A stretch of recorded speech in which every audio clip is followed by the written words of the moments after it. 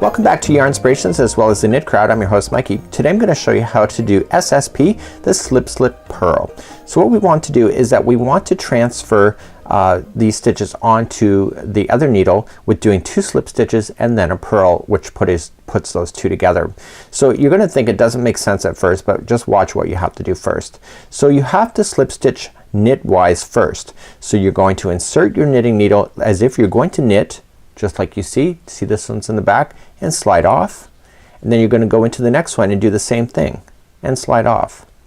Now you're going to transfer those two back onto this knitting needle. The reason why you did it, that's turning that stitch around. So it's turning those loops when you go to do so, because when you put it back on, they're not going to be in the same formation as the rest of them already on the stitch or already on the needle. So transfer those back and pull out.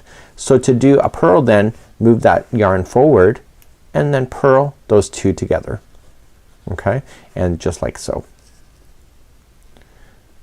And then just follow through, and so those two just became one. So this is a slip slip purl. So just moving it off, let's do another slip slip purl. So going in is if you're knitwise slip stitch, so just going in, moving off, going into the next one, moving off, transfer it back onto that other needle, and then just going in and putting those two together for a purl, just like that.